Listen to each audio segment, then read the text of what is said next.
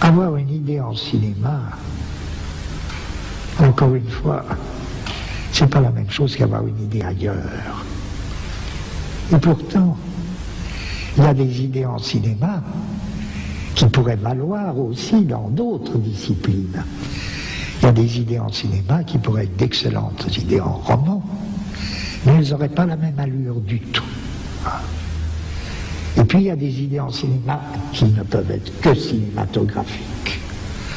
Ça n'empêche pas, même quand il s'agit d'idées en cinéma, qui pourraient avoir une valeur en roman, elles sont déjà engagées dans un processus cinématographique qui fait qu'elles sont vouées d'avance.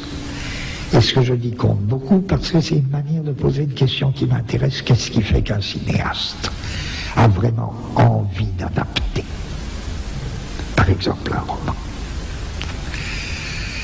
S'il a envie d'adapter un roman, il me semble évident que c'est parce que il a des idées en cinéma qui résonnent avec ce que le roman présente comme des idées en roman. Et que là, se font souvent de très grandes rencontres. C'est très différent, je ne pose pas le problème du cinéaste qui adapte un roman notoirement médiocre. Il peut avoir besoin du roman médiocre. Il en a besoin, ça n'exclut pas que le film soit génial.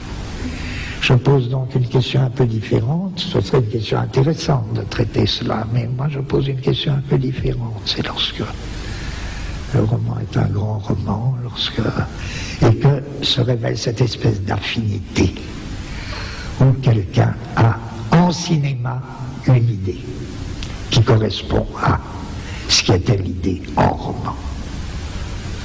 Un des plus beaux cas, c'est le cas de Kurosawa. Pourquoi est-ce que Kurosawa se trouve dans une espèce de familiarité avec Shakespeare et avec Dostoïevski? Pourquoi faut-il un japonais pour être aussi en familiarité avec Shakespeare et Dostoïevski? Je vais vous dire, parce que il me semble, c'est une réponse parmi mille autres possibles. Et elle touche aussi un peu la philosophie, je crois. Chez les personnages de Dostoïevski, ça peut être un petit détail. Dans les personnages de Dostoïevski, il se passe une chose assez curieuse, très souvent. Généralement, ils sont très agités. Un personnage s'en va, descend dans la rue, tout ça, comme ça, et il dit une telle, la femme que j'aime, Tania m'appelle au secours, j'y vais, je cours. Je cours, oui, Tania va mourir si je n'y vais pas. Et il descend son escalier, il rencontre un ami, ou bien il voit un chien écrasé. Et il oublie complètement. Il oublie complètement que Tania l'attend en train de mourir. Il se met à parler comme ça, et il croise un autre camarade, il va prendre le thé chez le camarade, et puis tout d'un coup il dit Tania m'attend, il faut que j'y aille. Et qu'est-ce que ça veut dire? C'est... voilà. Chez Dostoïevski, les personnages sont perpétuellement pris dans des urgences. Et en même temps qu'ils sont pris dans des urgences, qui sont des questions de vie ou de mort, ils savent que il y a une question encore plus urgente. Ils ne savent pas laquelle. Et c'est ça qui les arrête.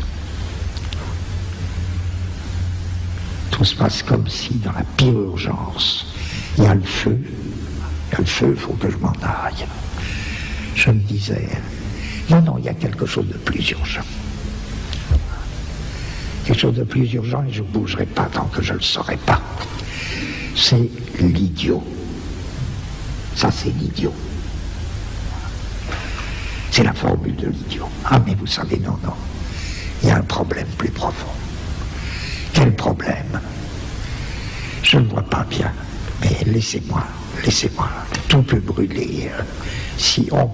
Non, il faut trouver ce problème plus urgent. Bon.